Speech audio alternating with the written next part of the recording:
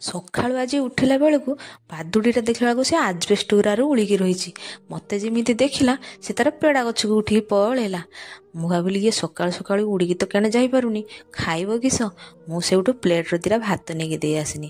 ସେ ତାର ଭାତ ନ ଖାଇକି ଆଜବେଷ୍ଟ ଉପରକୁ ଖସି ପଡ଼ିଲା, ଦେଇକି ସେ ଶୁଖିଲା ପେଡ଼ାକୁ ଚୋବେଇକି ସେ ତାର ପୁଣି ସେ ଆଜବେଷ୍ଟରେ ସେ ଯେଉଁ ଉରା ନାହିଁ ସେଇଥିକି ଉଳି ପଡ଼ିଲା।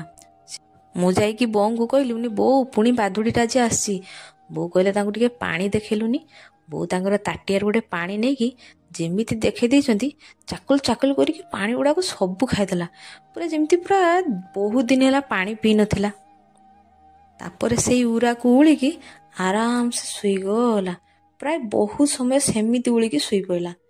ତାପର ଦିନ ସକାଳୁ ତ ଦେଖିଲା ବେଳକୁ ଇଏ ବାଦୁଡ଼ିଟାର ଏଇ ଅବସ୍ଥା। ମୁଁ ଭାବିଲି କ'ଣ ହେଲା ଲୋ ବାଦୁଡ଼ିଟାର? ଦେଖିଲା ବେଳକୁ ଖସି ପଡ଼ିକି ଏମିତି ହେଇଛି। ମୁଁ ତାକୁ ଘରକୁ ଭିତରକୁ ଆଣିକି ଆଣିନି, ମୁଁ ତାକୁ ଟିକେ ଆଉଁସି ମାଉଁସି ଦିଏ। ଦେଖିଲା ବେଳକୁ ଆଉଁସି ଦେଲା ବେଳକୁ ଖାଲି ଏମିତି ଥରୁଛି।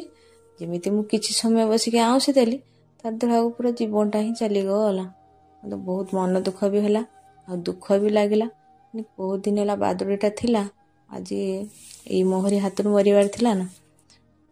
ପୂର୍ବ ମିନି ବ୍ଲଗ୍ରେ ଯେଉଁମାନେ ଏ ବାଦୁଡ଼ି ଭିଡ଼ିଓ ଦେଖିଥିଲେ, ଯଦି ଏ ଭିଡ଼ିଓ ତାଙ୍କ ପାଖରେ ପହଞ୍ଚିଥାଏ ତ ପ୍ଲିଜ୍ କମେଣ୍ଟରେ ଜଣାଇବେ।